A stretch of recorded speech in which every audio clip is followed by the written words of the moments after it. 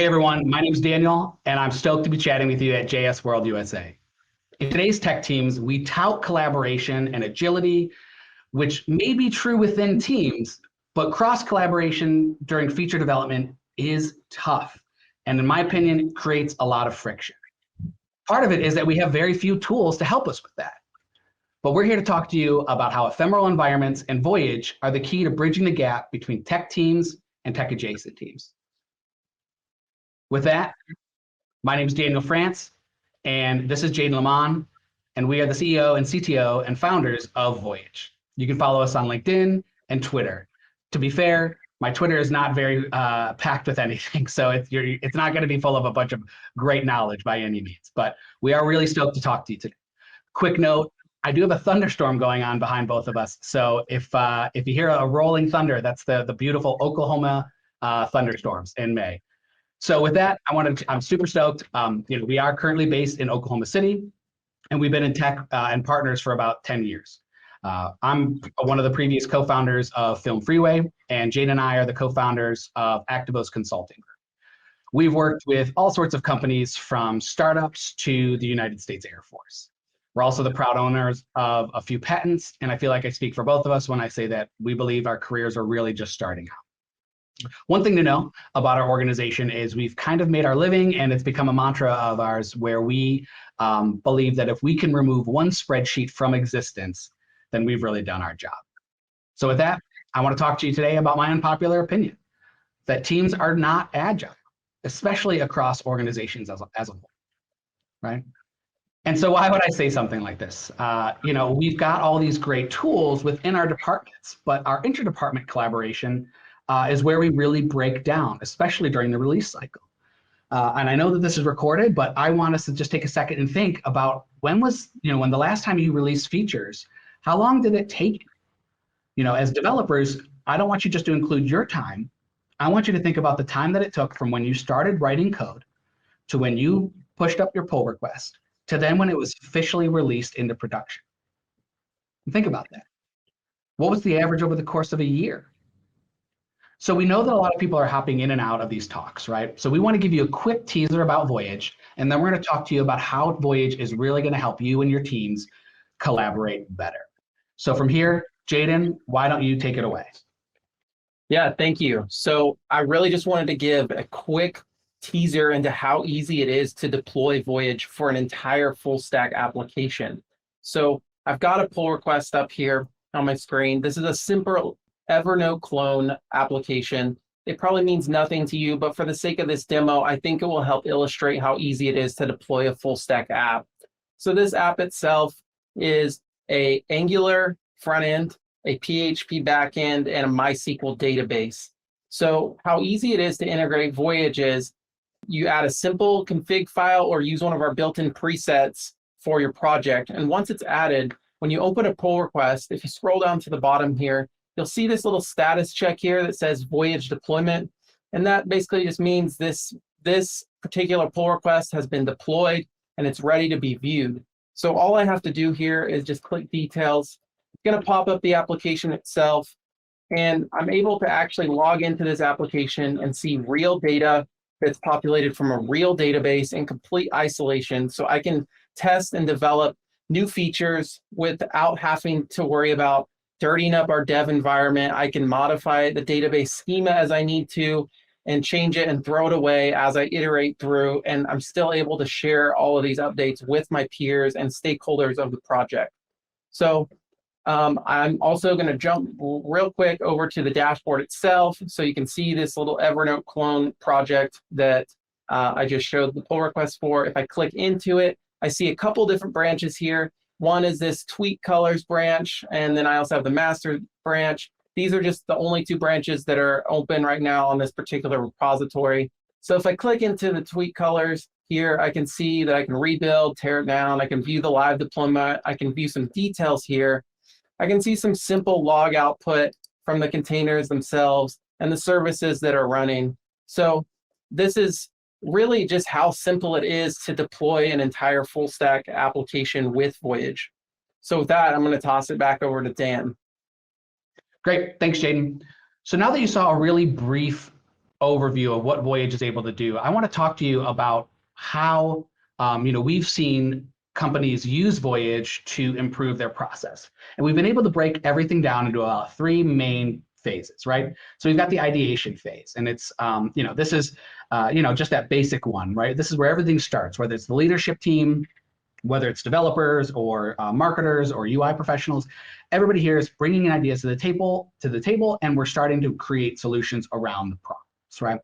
And so this is where we feel like collaboration truly happens across departments. This phase right here, people are all getting involved, right? And it's awesome. And then things move pen to paper, right? So this is that phase where we start to create Figma designs or create wireframes, and we've got great tools around it as well. So we've got Balsamiq and Envision and Figma, and with that, we're just able to pass links back and forth to one another and get everyone's feedback. And again, we've got great collaboration here through departments. But as we move into this build out phase, the development phase, this is where we start to see things really break down. So as developers, we have great tools. There is no shortage of Kanban boards or cloud-based IDEs. Obviously we've got messaging platforms like Slack and everything else out there, right? But as soon as we start to release this feature out of the wild, that's where we break down. So when we're building features and we've pushed it and it's gone, we've pushed up a pull request, it just gets approved and merged right into master, right? Right? No, like of course not, right? I mean, of course not. But this is what a lot of people think we do, and what we think that we do sometimes, right? We write code, we develop the code, we develop the feature, we review it, and it's released. And yeah, I mean, in theory, this is what we do, but this doesn't account for mistakes, right? And we really see a breakdown happen within that review cycle, right? Because this is what we really do. After this feature has been packaged together, again, within whether a release cycle or maybe it's a hot fix, other departments still need to get involved. Other people need to be involved in this process. Now, maybe you're a small team and you've only got 3 or 4 people, and so your collaboration is a little bit faster. You only see something like this. But in larger teams, this is what we really end up doing. We've got all these people like other developers. We've got UI UX professionals. We've got marketers. We've got salespeople. We've got internal and external stakeholders. Everybody needs to be involved. I mean, they do. And when we look at this does not look agile or sound agile at all, not even remote, right? And this is where Excel hell comes from, because people start, especially clients, they love to create Excel spreadsheets where they just start listing out all the issues. Or you get a Slack message and 100 Slack messages follow on. We get an email chain, and then someone, unfortunately, like a product owner or project manager, has to get in there, compile it all, put it into Jira or Asana for us, so that we can start developing and reviewing again and again and again. And this is where people really start to break, this is where the friction really builds up, right? Whether it's a client or whether it's other people within your organization, they start to feel unheard. You start to feel that maybe they haven't provided you the proper instructions or clear instructions, right? So this is where we see that friction really break down. And so you might be thinking, well, that's just the way that it is. And I cannot stand that phrase. I mean, it goes back to my childhood. I can't stand it. But I also feel like as developers, it's almost like a foundational core of ours where we constantly improve our code. At first we get it working, and then we make it prettier, and then we make it prettier and prettier and prettier. And we try and break it down to, we try and get a 100-line solution down to 40 lines of code, or then 20 lines of code. We've got tools that minify code just for that, to help us be more efficient. So why are we settling for that's just the way that it is? And so now this is where I'm really stoked to talk to you about how Voyage helps us become a better team and a better organization. So there are other solutions out there that create ephemeral environments. We know that. But what we think that we're doing at Voyage, we think we're doing really well. So there are other tools out there that deploy the front end. And that's great. Again, we've got tools that help you just build a create React app really easy. But in our world, we build data-driven applications, and that's just not enough for us. We need to be involved all the time. So Voyage builds these full stack applications with dynamic databases and dynamic services every single time. Voyage is a great developer tool. It is. But the reason we created Voyage was for just better collaboration across the board. So now I'm going to let Jaden jump back in, and we're going to take a real deep dive into how we configure and how we build Voyage. So with that, Jaden, take it away. Awesome. Thank you. Really appreciate that. So you saw my little quick teaser that I gave earlier about the Evernote clone that I deployed. So I kind of want to jump through a couple more examples and show you how easy it is to deploy Voyage applications. So the first one that I have is super simple. You see this simple little calculator repository that I have up on my screen. This is just a simple create React app. It's a public repository. So all I'm going to do is I'm going to copy this GitHub URL here. I'm going to go over to my Voyage dashboard. I'm going to hit add new project, and I'm going to paste in the URL here. I'm going to hit add project. Now, so a lot of applications that are maybe more complex and more enterprise, you'll probably end up needing what we have called as a manual deployment. So basically that just means you add a Voyage config file to your project repository. It's very simple, just kind of define the services that you need to build. Very similar to other providers and CI providers, stuff like that are out there where you have to add a config file to your repo. So, but for this particular example, it's a create React app, so I can actually just use a create React app preset that Voyage provides. So Voyage actually provides a create React app preset, an Angular preset, Laravel, Gatsby, Vue, and we're adding more every day. We're trying to make it as simple as possible to really just get up and running with your application. Now, I think for a lot of cases out there, you'll probably be building the config, like I said, which is still super easy, and we have great documentation on how to do so. But we wanted to make the barrier of entry as low as possible for people who may be just building a simple MVP, they're building their side project. They've just got a very simple application out there that doesn't require much config. And we want to lower the amount of overhead that's really required to deploy these applications. So that's why we've introduced these presets. And like I said, we're consistently expanding on these, and we hope to really cover every major framework and language and stuff like that. So I'm going to go ahead and hit save on the Create React app here.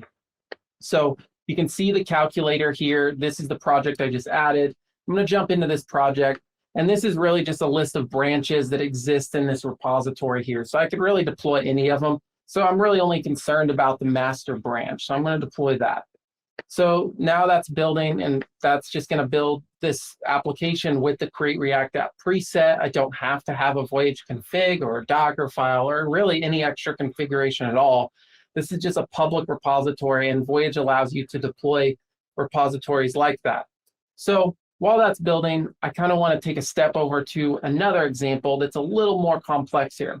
So this project is called Ship Finder, and it's a little bit more of a full stack application. So it has a Create React app front end, a Node backend, and a Postgres database. So a completely full stack application here. And I'm sure that there's a lot of people that are attending this conference that are probably very familiar with working in a stack like this.